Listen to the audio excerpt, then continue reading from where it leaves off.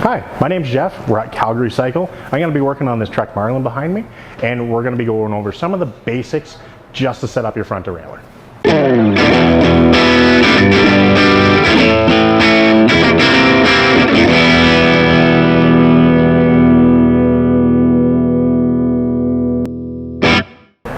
All right, so setting up a front derailleur, fairly easy, straightforward. So we've already gone over the rear. What I'm going to do is I'm going to shift the rear into the lowest or the biggest. Then what you want is you want your front derailleur set in its lowest position, so the smallest cog. From there,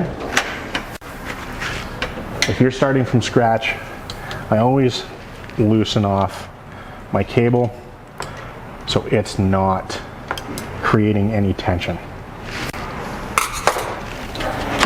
Starting with your low limit screw, because this is as far down as it's going to go, allows for the most clearance, is, again, there usually be a high or low marking, just an H or an L on your two limit screws.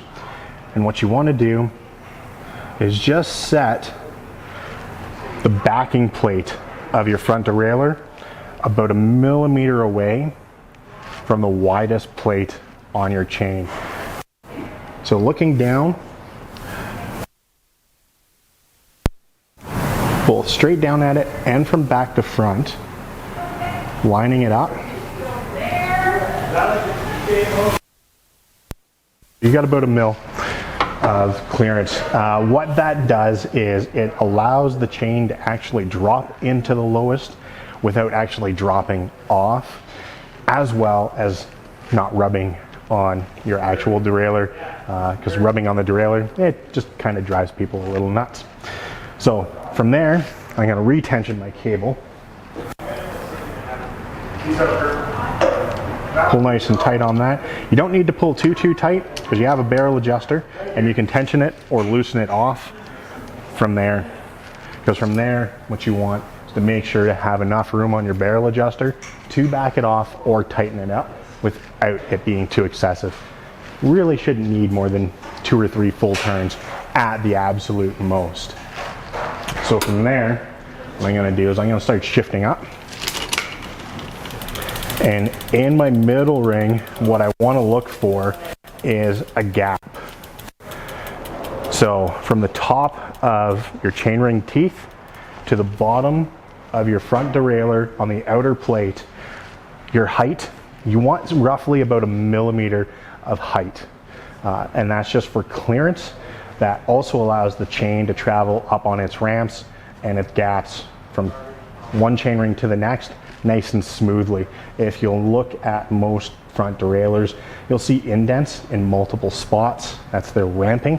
It's designed to grab that chain at a specific spot to push it into the next gear. So as long as you've got 1 millimeter of clearance there, it's going to be a little different from bike to bike, but general rule of thumb, 1 millimeter of clearance. So from there, I've got a good millimeter, so I'm going to continue shifting up. So once I'm in my biggest ring, I want to shift my rear derailleur all the way down into my high. So high in the rear is your smallest, high in the front will be your biggest ring.